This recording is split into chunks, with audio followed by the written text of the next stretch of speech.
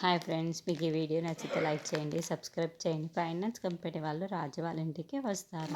అది చూడగానే అక్కడ ఉన్న వాళ్ళు ఎవరండి మీరు మా ఇంటికి వచ్చారు అని చెప్పేసి అడుగుతూ ఉంటారు.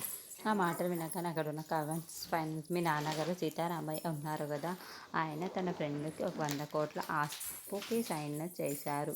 ఇప్పుడు మీరు 100 కోట్లు కట్టాల్సి ఉంటుంది అని చెప్పేసి అంటూ ఉంటారు. ఆ మాట వినగానే అక్కడ ఉన్న వాళ్ళందరూ ఒక్కసారిగా షాక్ అయిపోతూ ఉంటారు.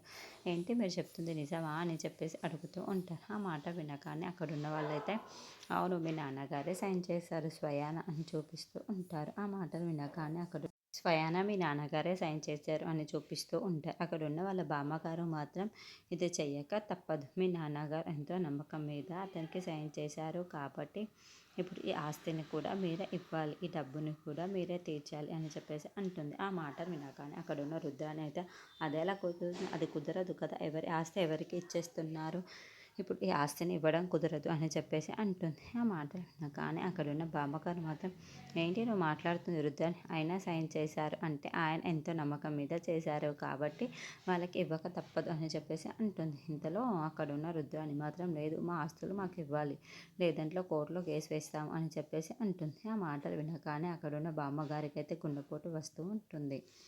ఇంతలో అక్కడున్న రాజు అది చూసి ఒక్కసారిగా షాక్ అయిపోయి బామ్మ అని వాళ్ళ బామ్మ దగ్గరికి వెళ్తూ ఉంటాడు. ఇంతలో అక్కడున్న వాళ్ళ బామ్మ మాత్రం ఏంట్రా మీ తాత మీద కేసు పెడతానంటున్నారు, అతన్నే కోర్టుకి ఏడుస్తానంటున్నారు, నాకు చాలా భయంగా ఉందిరా అని గుండెపోటుతో కింద పడిపోతూ ఉంటుంది.